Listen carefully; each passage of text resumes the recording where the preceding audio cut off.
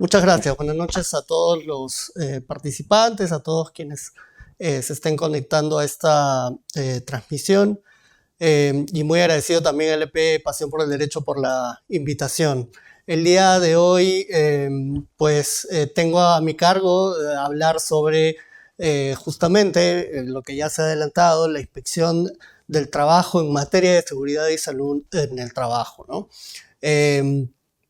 La idea un poco de esta breve exposición es hablar en términos generales de cuál es la finalidad, las funciones que cubre la inspección del trabajo respecto de esta materia. Y a grandes rasgos hablaremos un poco de la intervención, de la fiscalización, de la inspección del trabajo y finalmente sobre el procedimiento sancionador que involucra la fiscalización de la seguridad y salud del trabajo en el país. Sin mayores preámbulos, quisiera hablar en términos generales de un primer aspecto, y es cuál es la finalidad de la inspección del trabajo. El artículo 3 de la Ley General de Inspección del Trabajo nos menciona tres finalidades principales.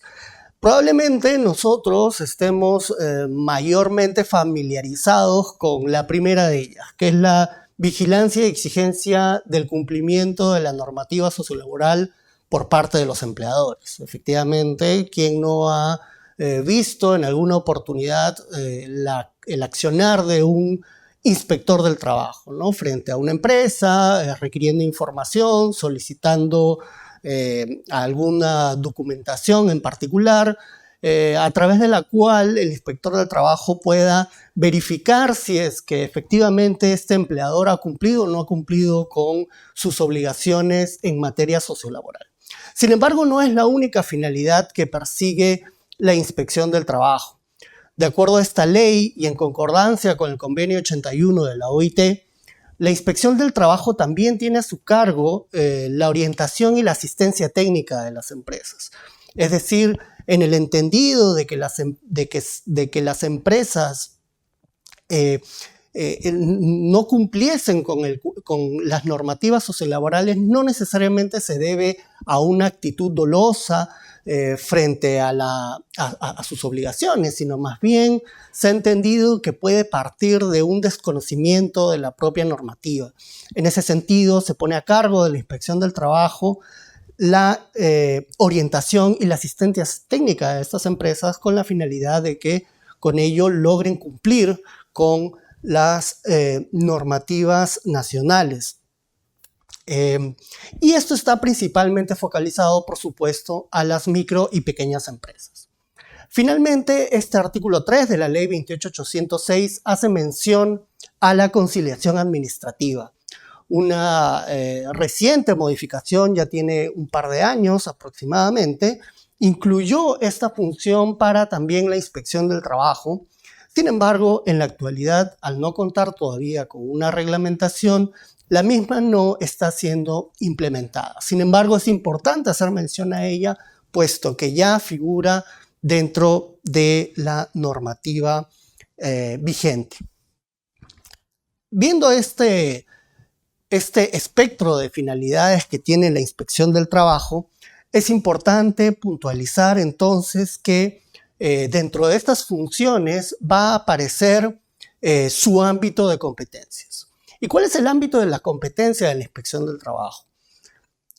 Van a ser diferentes aspectos, pero el que nos importa el día de hoy es justamente aquella competencia objetiva respecto de qué es lo que el inspector del trabajo va a fiscalizar, cuál va a ser su objeto de fiscalización. Y en general lo que dice la Ley 28806 es que la inspección del trabajo va a fiscalizar principalmente el cumplimiento de la normativa sociolaboral. Efectivamente, la inspección del trabajo no va a fiscalizar el cumplimiento de la normativa ambiental, no va a fiscalizar el cumplimiento de la normativa del derecho al consumidor, etc., sino que lo que va a fiscalizar es el cumplimiento de la normativa sociolaboral. Y dentro de este ámbito encontraremos, por supuesto, las normas que regulan las relaciones individuales de trabajo, las relaciones colectivas de trabajo, e incluso la propia norma involucrará a la inspección del trabajo para la fiscalización de aspectos como modalidades formativas, trabajo forzoso, trabajo infantil, derechos de las personas con discapacidad, etc.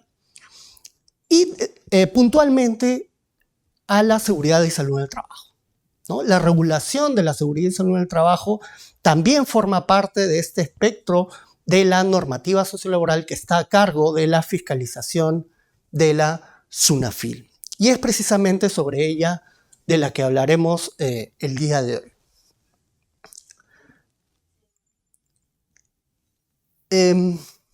Precisamente, como les comentaba, es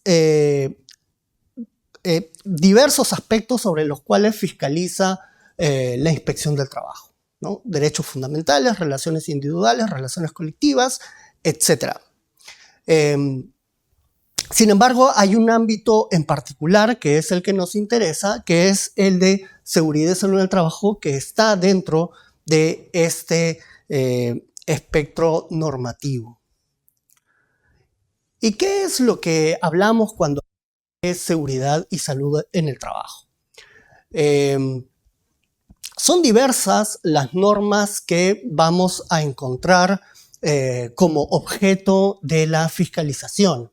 De hecho, todo empleador, al momento de pensar, reflexionar acerca de cuáles son las normas a las cuales se encuentra obligado en su cumplimiento, encontraremos diversas manifestaciones normativas que harán necesario un análisis y un estudio pormenorizado. Este fenómeno probablemente no sea único ni exclusivo, sino que es algo transversal a todo el derecho laboral. El derecho laboral se distingue de alguna manera por poseer una profusa normativa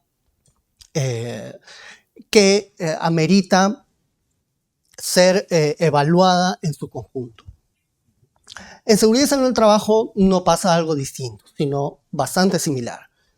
Y es así pues que encontraremos diversas normas, ¿no? Tanto normas de orden internacional, normas de carácter nacional, normas sectoriales y un sinnúmero de normas especiales que habrá que evaluar respecto de si amerita o no amerita el cumplimiento dependiendo del empleador del que se trate. Una de ellas, por ejemplo, son las normas de prevención contra el COVID-19, que son normas que han sido emitidas en el contexto de la emergencia sanitaria actual.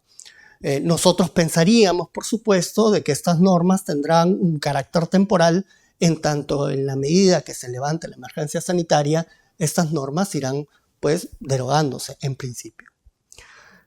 Pues bien, ¿qué normas de carácter internacional podríamos tener en consideración como parte de la fiscalización de la inspección del trabajo?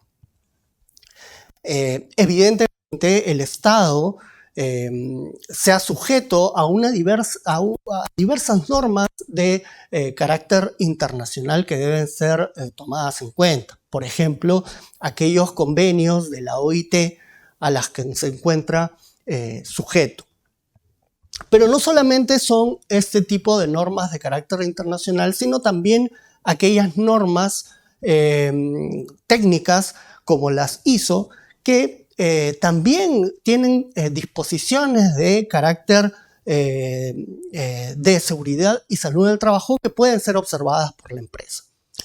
En nuestra normativa vigente interna, la Ley de Seguridad y Salud en el Trabajo establece que las empresas pueden observar este tipo de normas internacionales, pero siempre y cuando no resten garantías ni derechos a las que establece la normativa interna, en este caso, la Ley de Seguridad y Salud en el Trabajo. Dentro de las normas nacionales, por supuesto, tendremos a esta misma, a la Ley 29783 y su norma reglamentaria. Pero también tendremos algunas otras normas conexas en relación a la seguridad y salud en el trabajo, ¿no? Por ejemplo, normas que regulan aspectos de ergonomía, normas que regulan aspectos de accidentes de trabajo, enfermedades profesionales, cómo es que se regulan, por ejemplo, la conformación de los comités de seguridad y salud en el trabajo, etc. Una serie de normas especiales y particulares que conforman este ámbito, este espectro bastante amplio al que debe someterse su cumplimiento a todo empleador. Y también tenemos las normas sectoriales. Con las normas sectoriales también ocurre una cuestión en particular. De acuerdo con la ley 29783, si bien es cierto, se permite la existencia de regulación sectorial, es decir, que cada actividad económica pueda ser regulada de acuerdo a su especificidad, lo que se establece es que estas normas sectoriales no pueden tampoco establecer menores garantías que la que establece la norma general, es decir, la Ley de Seguridad y Salud en el Trabajo. Así pues, tendremos normas sectoriales en campos como, por ejemplo, el sector de minería, el sector de electricidad, hidrocarburos, etc. Y finalmente, como había dicho, también existen algunas normas especiales que hay que comenzar a evaluar y analizar y que forman parte del espectro normativo que se encuentra como objeto de fiscalización de la Inspección del Trabajo. Entre ellas han sido, por ejemplo, las normas emitidas con motivo de la emergencia sanitaria, como normas de prevención de contagio del COVID-19, ¿no? Una de las obligaciones, por supuesto, más importantes de esta normativa especial ha sido pues, la implementación del plan de vigilancia de prevención del COVID-19, ¿no? Todas las empresas en la actualidad se encuentran obligadas a implementar este plan. Entre otras obligaciones conexas, por supuesto, ¿no?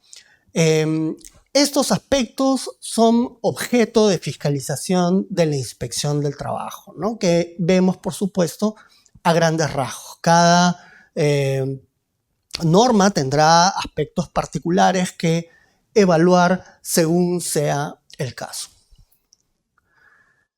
Entonces, en esa línea tenemos que la Inspección del Trabajo tiene como finalidad, decíamos, o entre una de sus finalidades es la vigilancia y exigencia del cumplimiento sociolaboral. Y dentro de este amplio marco se encuentra, por supuesto, la seguridad y salud en el trabajo, las normas que regulan la seguridad y salud en el trabajo. Y como vemos, esta sección de normas aún así es bastante amplia. Y sobre ello, pues, actuará la fiscalización del trabajo. Dicho esto, pasaría a conversar, a hablar, a reflexionar sobre cómo es que se produce una actividad de fiscalización para verificar si es que un empleador ha cumplido o no ha cumplido con la norma, en este caso de seguridad y salud del trabajo de la que se trate. Y en primer término podríamos decir cómo es que se inicia una fiscalización. Y en realidad, en principio, lo que se nos puede venir a la mente es que una fiscalización se va a iniciar por una denuncia, ¿no es cierto? Quizás esa sea la principal forma, en efecto, cómo es que se inicia una actividad de fiscalización, cómo es que se genera la fiscalización por parte de la Inspección del Trabajo. Y qué duda cabe, de hecho, alrededor del 70% de las inspecciones desarrolladas a nivel nacional puede que se desarrollen a partir de una denuncia. Y efectivamente, todo trabajador que, por ejemplo, observe que su empleador no está cumpliendo con la entrega de equipos de protección personal o que no tiene un comité de seguridad y salud en el trabajo cuando está obligado a tenerlo, o que no tiene un reglamento interno de seguridad y salud en el trabajo cuando está obligado a tenerlo, o si es que no tiene registros de seguridad y salud en el trabajo, pues puede entablar una denuncia a la Inspección del Trabajo, en este caso a la SUNAFIL, y con ello dar inicio a una actividad de fiscalización. Es decir, que finalmente un inspector del trabajo acuda a esa empresa a verificar si es que la misma está cumpliendo o no con sus obligaciones.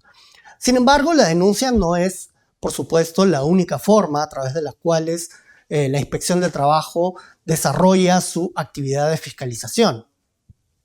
También lo podrá desarrollar de oficio principalmente. Lo que comúnmente se denomina las visitas inopinadas, en términos exactos, es la fiscalización de oficio, ¿no? Y esta fiscalización, por supuesto, en principio obedece a una programación previa, a una inteligencia previa que desarrolla la Inspección del Trabajo para focalizar sus inspecciones de acuerdo a las políticas nacionales y sectoriales y de la propia SUNAFIL que determine. Ahora bien, volviendo a la denuncia. ¿Quién puede entablar una denuncia? Puede que una primera respuesta sea que el trabajador que observa si es que el empleador cumple o no cumple con una determinada obligación en seguridad y salud del trabajo, sea quien principalmente entable esta denuncia. Pero no es el único, y de hecho la norma no establece una limitación respecto de aquel que pueda ser el sujeto que entable la denuncia correspondiente. En el caso de las relaciones laborales, por supuesto, será el trabajador principalmente, pero también podrán ser las organizaciones sindicales. Y aún así no sean las organizaciones sindicales, en realidad puede ser cualquier ciudadano. Imaginemos que nosotros estamos caminando por la cuadra por la que vivimos y vemos una construcción en donde los trabajadores que laboran en esta edificación no portan equipos de protección personal. Nosotros como ciudadanos podríamos ir a la SUNAFIL y decirle, aquí está sucediendo tal cosa. Y por supuesto la Inspección del Trabajo haría su trabajo al acudir a fiscalizar si es que este empleador está cumpliendo o no con sus obligaciones en materia de seguridad y salud en el trabajo. Más aún cuando se trata, por supuesto, en este caso de defender la integridad de la salud y la vida de los trabajadores. Las denuncias pues tendrán que cumplir con algunos requisitos. Las denuncias en principio no son anónimas, ¿no? Tienen que tener los datos del denunciante. Sin embargo, para la Inspección del Trabajo acude en estos casos un principio de suma importancia que proviene incluso del convenio 81 de la OIT y que es el principio de confidencialidad. Y según este principio es que toda denuncia debe ser confidencial. Una vez que se inicia la inspección, sea por la denuncia o sea porque es desarrollada de oficio, se genera por lo general una orden de inspección. Esta orden de inspección es la que se va a encargar de delimitar el objeto de la denuncia, sea porque la empresa no ha cumplido con un registro, sea porque la empresa no ha cumplido con conformar un comité de seguridad y salud del trabajo, sea por la razón que fuere, esto va a ser contenido en la orden de inspección y va a señalar cuáles serán los inspectores, el inspector o el equipo de inspectores encargados de desarrollar la inspección de la que se trate. Bien. En resumen, para el inicio de las actuaciones inspectivas, como habíamos referido, puede desarrollarse a través de una denuncia o bien de oficio. De diversas maneras será desarrollada de oficio, pero digamos, en términos resumidos, son esas dos las principales formas a través de las cuales se desarrolla la inspección del trabajo. Luego de ello, como habíamos dicho, se genera una orden de inspección que es la que va a ya detallar cuáles serán las materias de fiscalización, se van a detallar quiénes serán los inspectores del trabajo a cargo de la inspección y con ello se dará orden, por supuesto, de las actuaciones inspectivas propiamente dichas. ¿Y estas actuaciones inspectivas en qué consisten? Bueno, la normativa vigente básicamente establece tres formas a través de las cuales el inspector del trabajo actúa. Y es, por un lado, la visita inspectiva, de otro lado, la comparecencia y finalmente la comprobación de datos. Y cada una de ellas tiene algunas particularidades que es preciso comentar. La primera de ellas es, pues, la visita inspectiva y qué duda cabe que es la modalidad de actuación en la inspección del trabajo, acaso la más importante. ¿Y por qué? Pues la visita inspectiva, como su nombre lo indica, consiste en el apersonamiento del propio inspector del trabajo a el centro de trabajo. Y esta visita, de acuerdo a la propia Ley General de Inspección del Trabajo, puede ser desarrollada en cualquier momento del día o de la noche y sin previo aviso. Es decir, un inspector del trabajo tiene la facultad de dirigirse a una empresa en cualquier momento. No necesariamente debe desarrollarlo en un horario diurno o en un horario de oficina o de trabajo, ni tampoco debe haber dado un aviso con una determinada antelación al empleador. ¿Y por qué ello es así? Pues precisamente porque lo que se busca es la eficacia del resultado de la inspección. Si es que la inspección del trabajo, entre otras cosas, se debe a la fiscalización del cumplimiento de las normas de seguridad y salud del trabajo, es justamente la visita inspectiva la que va a ayudar a que eso se cumpla con eficacia. Imaginemos pues un inspector del trabajo que desea, en el ejemplo que habíamos dado anteriormente, verificar si una empresa le ha otorgado o no le ha otorgado debidamente cascos de protección a su personal. Imaginemos pues de que este inspector de trabajo tuviese que decirle con antelación, días antes de la visita inspectiva, que va a desarrollar la misma con la intención de verificar si es que este empleador cumple o no. Por supuesto que si esto fuese así, entenderíamos que el empleador atendería de otra manera estas circunstancias. Debido a ello es que la ley le otorga todas facultades plenas al inspector del trabajo para que pueda acudir hacia una empresa y sin comunicación previa y en cualquier momento pueda verificar si este empleador se encuentra en un estado de cumplimiento o no de las normas de seguridad y salud del trabajo. También esto tiene mucha importancia en otras materias, cuando hablamos, por ejemplo, de formalización en el trabajo, cuando hablamos de registro correcto en la planilla electrónica, si hablamos, por ejemplo, de trabajo infantil o trabajo forzoso, la visita inspectiva toma bastante relevancia. Y sin duda alguna esto también se replica, como decía, en la seguridad y salud en el trabajo. La visita inspectiva, al ser tan importante para la eficacia de la inspección, contempla a su alrededor unas normas prohibitivas y a su vez sancionadoras frente al indebido accionar de un empleador frente a la visita del inspector. Así, por ejemplo, todo empleador estará obligado a dejar ingresar al inspector del trabajo que acude a un determinado centro de trabajo. De no hacerlo, esto es considerado una falta grave y muy grave y sancionada por la inspección.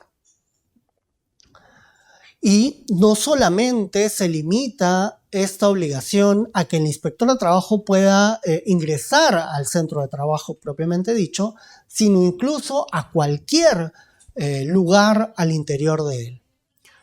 También perdería eficacia en ese entendido si es que la inspección del trabajo no tuviera esta facultad, toda vez que evidentemente las obligaciones sobre este aspecto no se limitan a una oficina o a un apartado del centro de trabajo, sino a todas las dimensiones que lo ocupen. Pues bien, la siguiente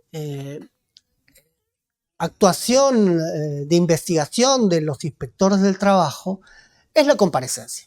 Y en realidad esta se trata de básicamente el requerimiento o la solicitud o el citatorio que hace la inspección del trabajo a la empresa para que acuda a las oficinas públicas a través de un representante y de esta manera pueda otorgar la documentación o las manifestaciones e informaciones que el inspector de trabajo requiera con la finalidad de justamente cumplir con su función, que es la de verificar si es que este empleador está en un estado de cumplimiento o no de la normativa en seguridad y salud en el trabajo. A esta comparecencia, por supuesto, todo empleador se encuentra también obligado a asistir.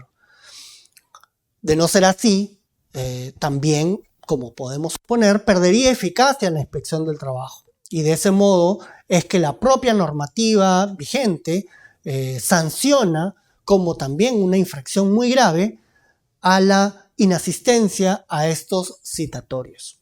Contrariamente a lo que puede pensar muchísimas personas, o lo que se pudiera pensar comúnmente, estos citatorios no presuponen reiterativos.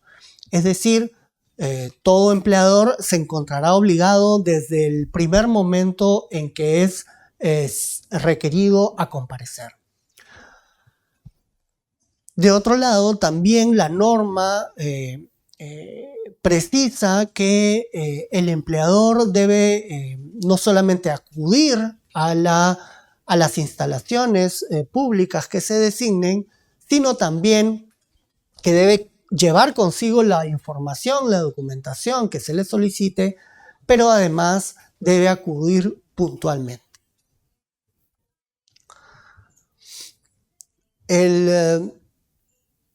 Otro detalle importante que mencionar sobre las comparecencias es que, como había mencionado, quien debe acudir, evidentemente, cuando se trata de un empleador que es una persona jurídica, quien debe acudir es un representante.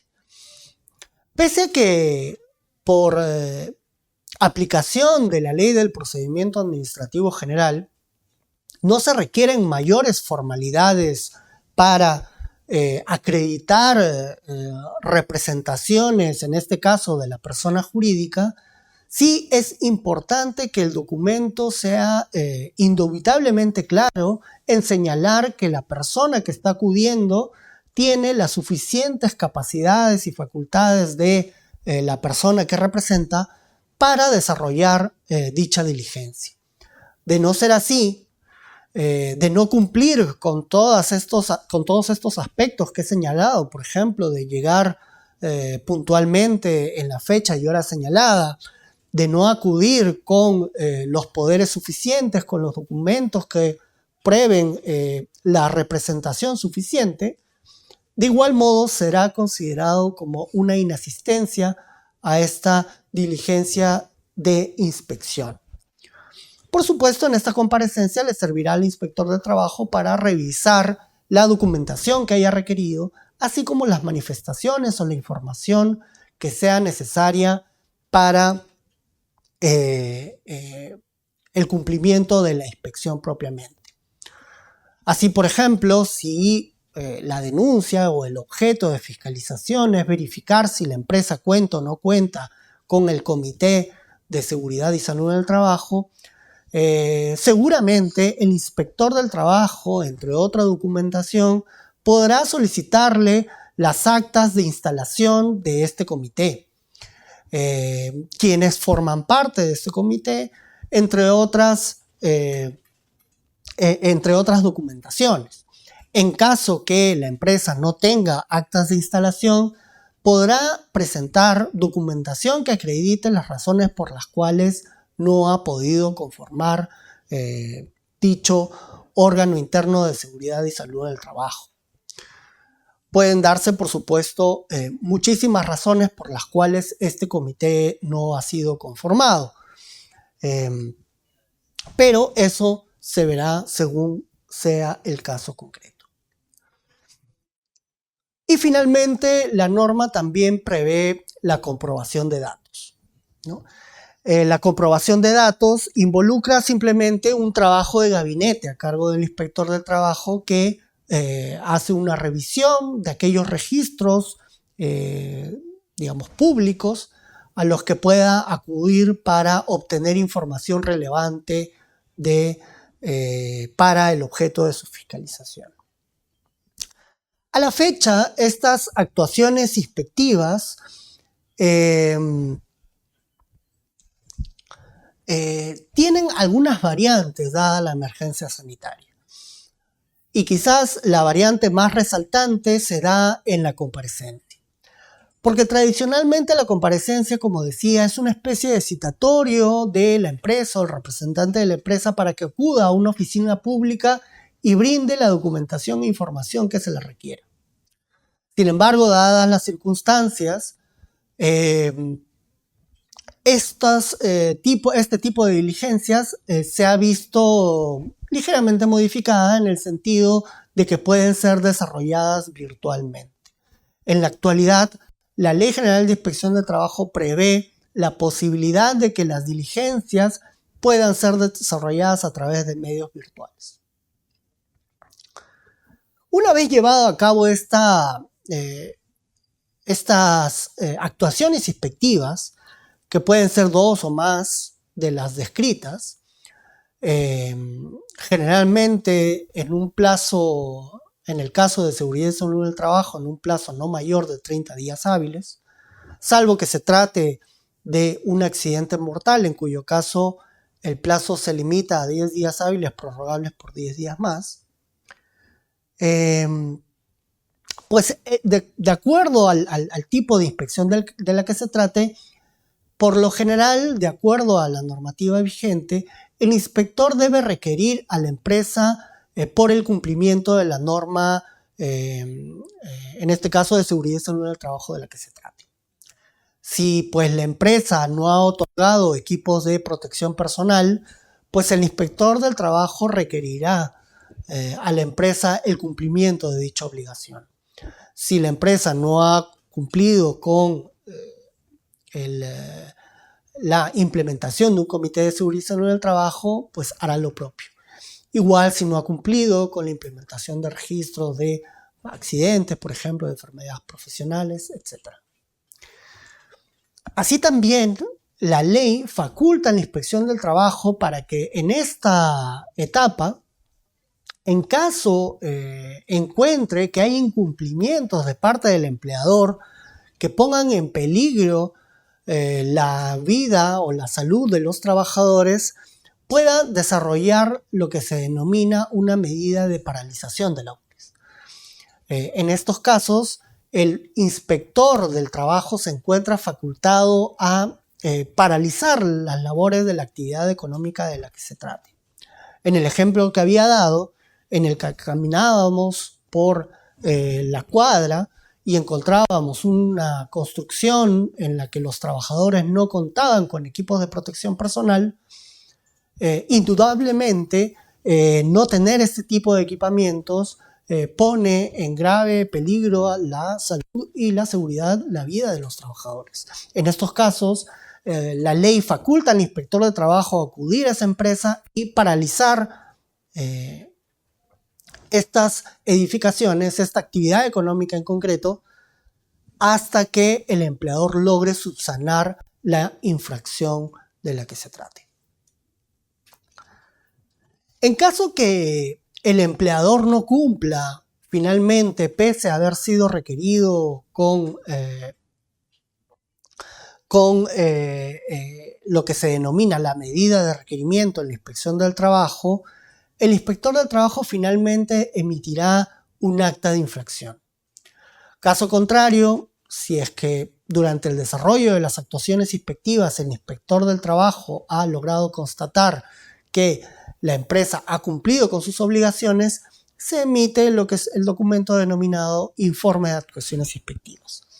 Entonces, cuando estemos frente a un informe, sabremos pues de que la inspección del trabajo ha determinado que no existe incumplimiento verificado que sea motivo de sanción.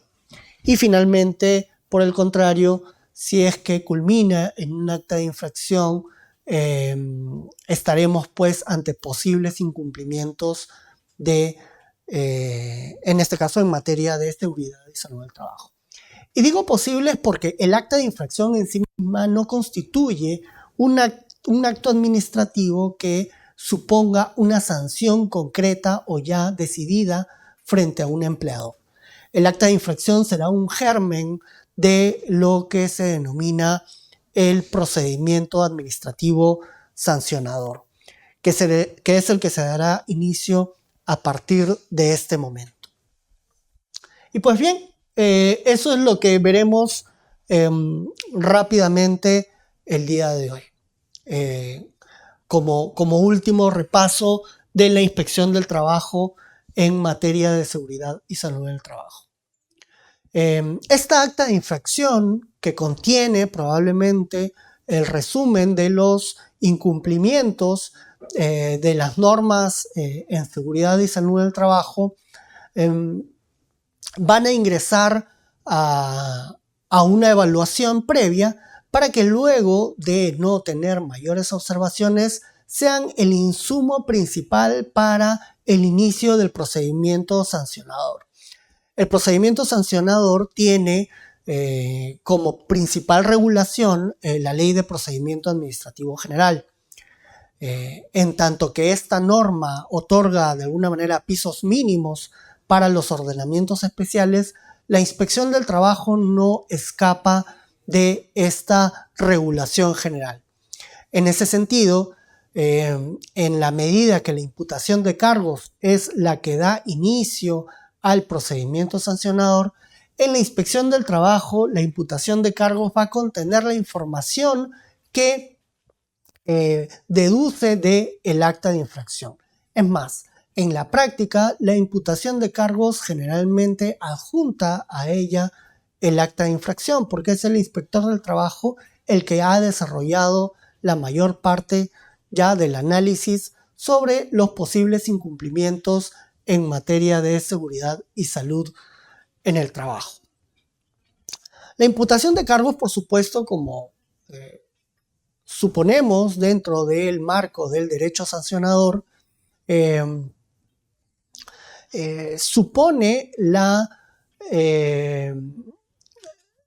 imputación precisa de aquello que en este caso la inspección del trabajo ha considerado como una falta que será objeto de sanción.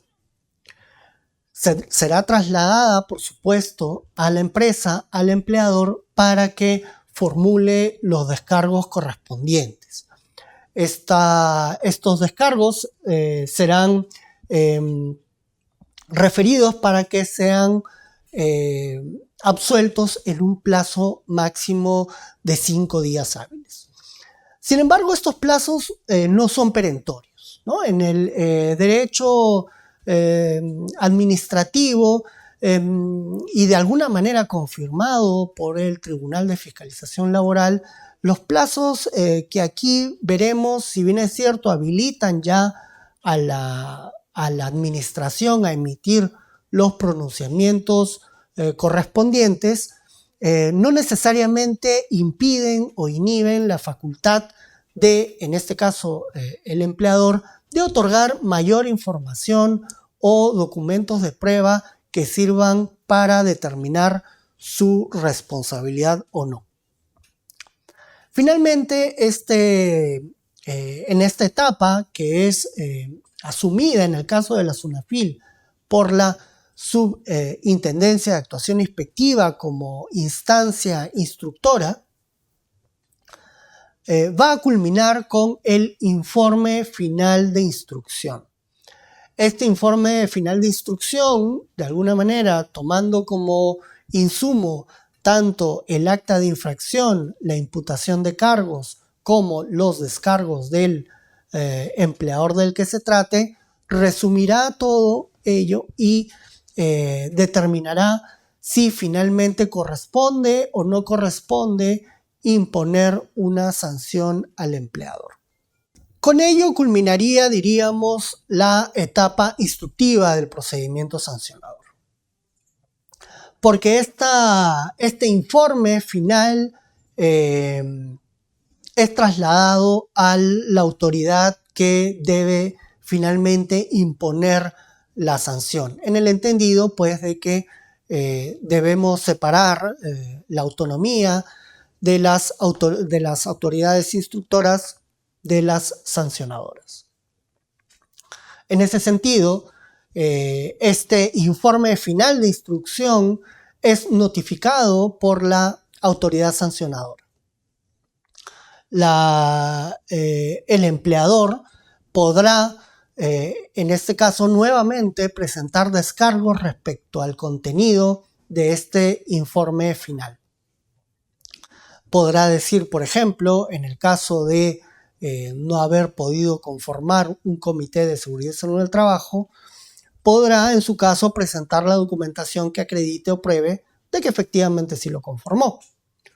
O podrá de repente alegar de alguna manera que no fue su propia responsabilidad, en el caso que pueda achacárselo. Con la notificación del informe final de instrucción, el empleador tendrá la oportunidad de nuevamente presentar sus descargos. En estos descargos, en el ejemplo hipotético que hemos puesto, de la ausencia de un comité de seguridad y salud del trabajo, podría alegar, por ejemplo, que sí cumplió con la implementación del mismo y presentar la documentación probatoria de la que se trate. Pero también podría alegar, en este caso, que la falta o la ausencia de la conformación de un comité de seguridad y salud del trabajo no se debió a su propia responsabilidad y achacarle la responsabilidad a un tercero, que podría ser, por ejemplo, la representación de los trabajadores o la propia representación del empleador, según sea el caso. Sea cual fueren los argumentos que pueda presentar el empleador frente a la conformación, en este caso del Comité de Seguridad y Salud del Trabajo, será evaluado pues por el órgano sancionador. Este órgano sancionador, que en la SUNAFIL es representado por la Subintendencia de Resolución, se encargará pues finalmente de emitir el acto administrativo que decidirá la responsabilidad del empleador en materia de seguridad y salud del trabajo y generalmente se traducirá en la imposición de una sanción económica, cuyo monto dependerá pues de la gravedad de la infracción, del tipo de empresa de la que se trate y del número de trabajadores que hayan sido afectados con la infracción. Por supuesto, en el entendido que estamos en un procedimiento administrativo que va, como decía, de la mano de la Ley de Procedimiento Administrativo General, esta sanción que se le puede o que se le ha impuesto a un determinado empleador puede ser impugnado. Y puede ser impugnado a través de un recurso de reconsideración o un recurso de apelación. El recurso de reconsideración, por supuesto, será resuelto por la propia instancia y en el caso del recurso de apelación será resuelto por la segunda instancia que recae en las intendencias regionales. La SUNAFIL cuenta con intendencias regionales a nivel nacional y cada una de ellas hace las veces de segunda instancia en los procedimientos sancionadores dentro del ámbito de su competencia territorial. Esta se encargará pues de resolver el recurso de apelación que según la norma le debe tomar como plazo los 15 días hábiles que se muestran en la imagen. Sin embargo, en el caso de que esta instancia resuelva confirmar la sanción impuesta por el órgano sancionador, la SUNAFIL también cuenta con una instancia excepcional que habilita la interposición del recurso de revisión. Este recurso de revisión de carácter excepcional solamente es permisible cuando la ley o el decreto legislativo de carácter especial le otorga a la autoridad su implementación. En este caso es pues el Tribunal de Fiscalización Laboral el que se encargará, por supuesto, de resolver los recursos de revisión y que son interpuestos al igual que los otros recursos que hemos visto dentro del plazo de 15 días hábiles. Y es allí cuando finalmente se da por agotada la vía administrativa en el caso de la inspección del trabajo.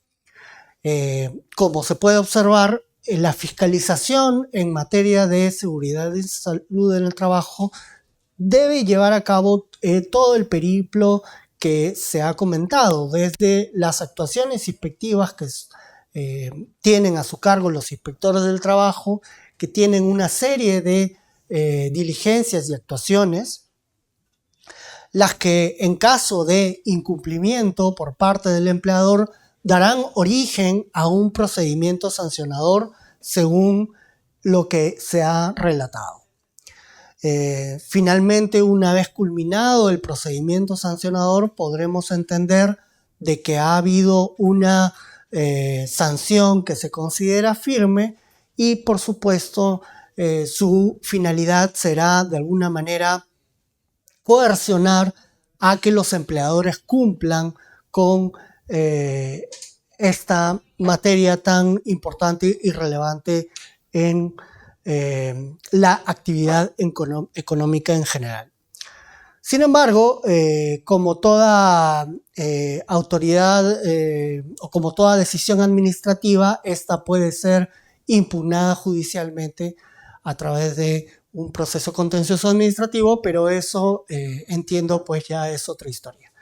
La idea de esta exposición era tratar de dar un marco breve y general acerca de la inspección del trabajo en materia de seguridad y salud en el trabajo y cómo se desarrolla en la SUNAFIL, tanto las actuaciones inspectivas propiamente dichas como el procedimiento sancionador. Gracias.